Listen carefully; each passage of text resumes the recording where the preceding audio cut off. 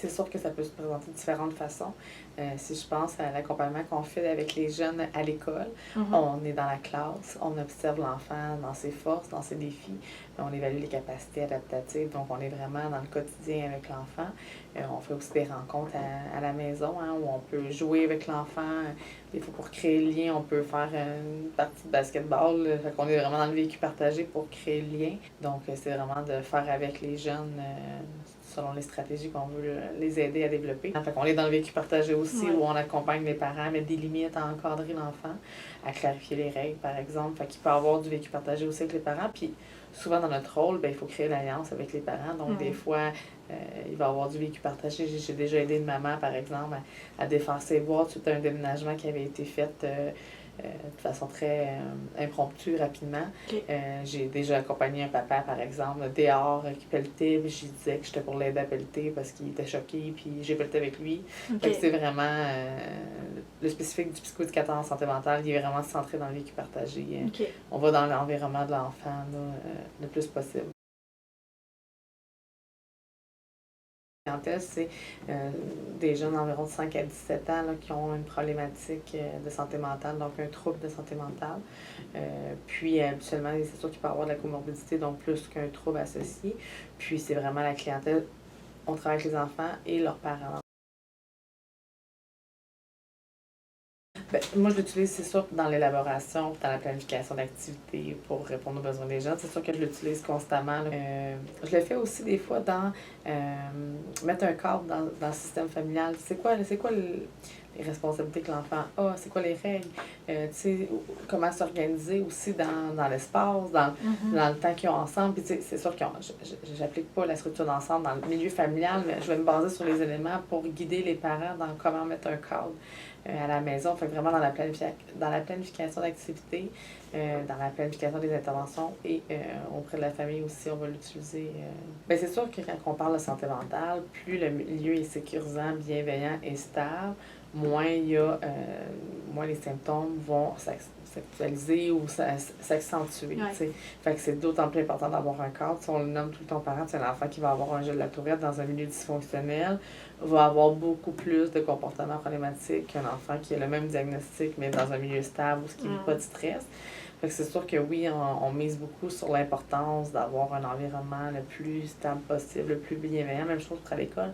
Les enfants qui ont des défis, qui ont des troubles de santé mentale, par exemple, qui sont dans des classes où il y a beaucoup de changements de profs, où il y a des élèves aussi problématiques, c'est sûr que c'est des enfants souvent qui vont être plus agissants, qui vont avoir une rupture au niveau de leur fonctionnement.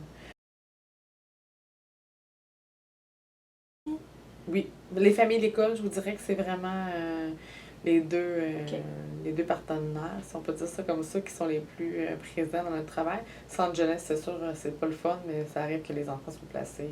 Qu'en cours de suivi, il y a une situation qui explose, puis placement ou l'intervention du DPJ pour une situation de compromission peu importe laquelle. Fait que ça va arriver qu'on va travailler avec le DPJ, les ressources communautaires.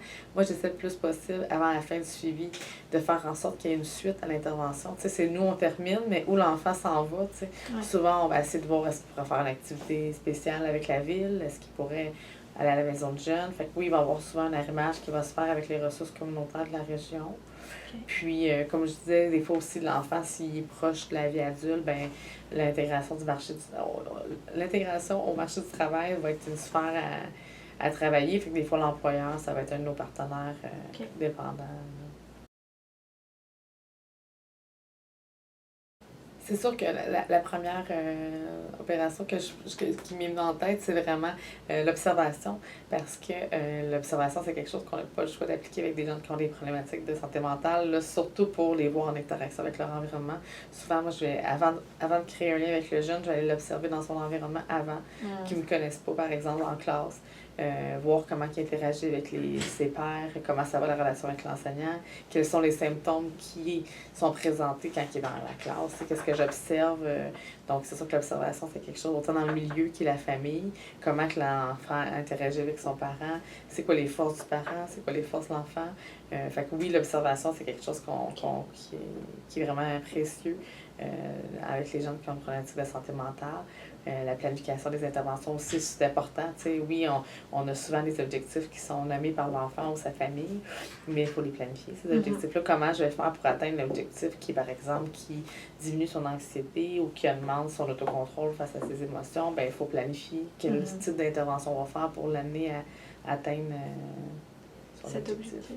Fait que la planification, c'est sûr qu'en évaluation, ben là aussi, je pense que c'est précieux de bien évaluer puis de cerner les forces et défis de l'enfant. Où se situent ses capacités adaptatives, qu'est-ce qu'on doit travailler.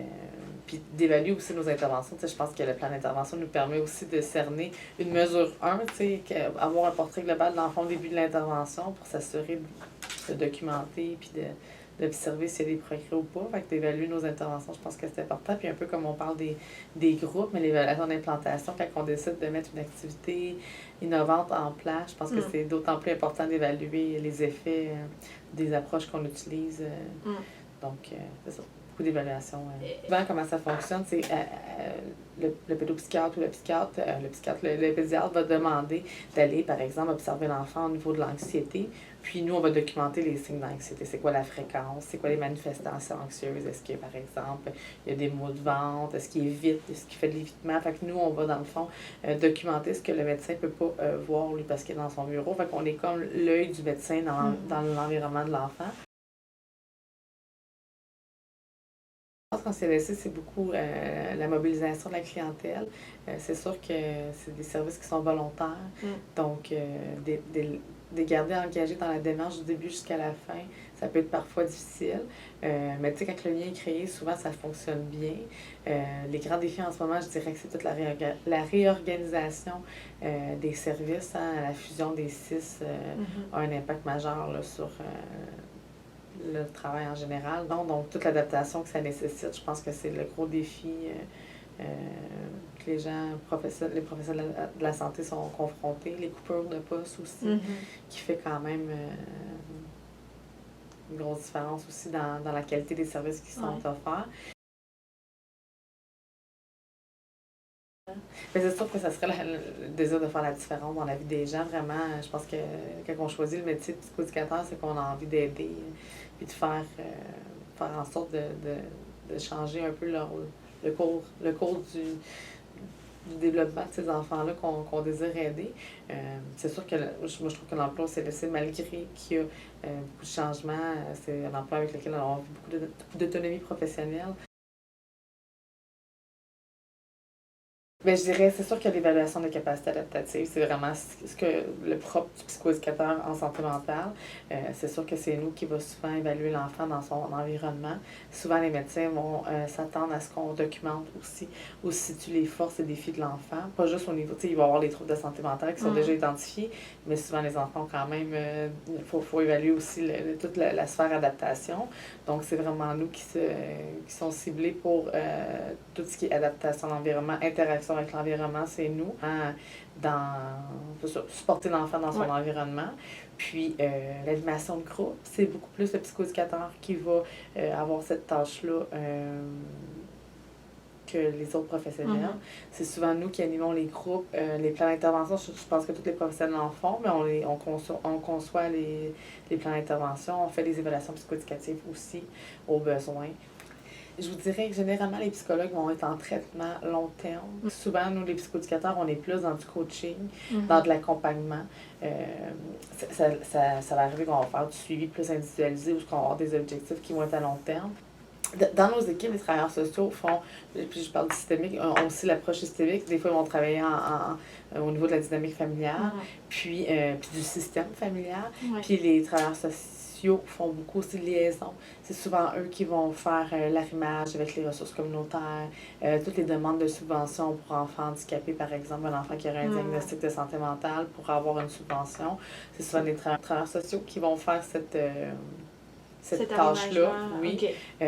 Tout ce qui est la portion signalement, placement. Nous, souvent, quand on a un placement à faire avec un jeune qui est dans nos services, c'est le travailleur social qui va s'occuper de faire le placement. Souvent, on va concevoir les plans d'intervention que les éducateurs vont plus appliquer. C'est sûr que les éducateurs aussi vont souvent avoir des mandats qui sont très spécifiques, comme par exemple un jeune qui aurait une problématique d'encoprésie, ben, il va devoir appliquer des stratégies avec les parents sur 6 rencontres. Le mandat est de courte durée, on évalue. C'est souvent le psychoéducateur qui va accompagner la famille, puis le mandat de l'éducateur va être vraiment ciblé sur un objectif précis. C'est souvent ça. C'est sûr que tout le rôle conseil est différent. T'sais, par exemple, les éducateurs n'accompagneront pas les enseignants ni la direction à faciliter l'intégration d'un enfant différent, par exemple, en classe.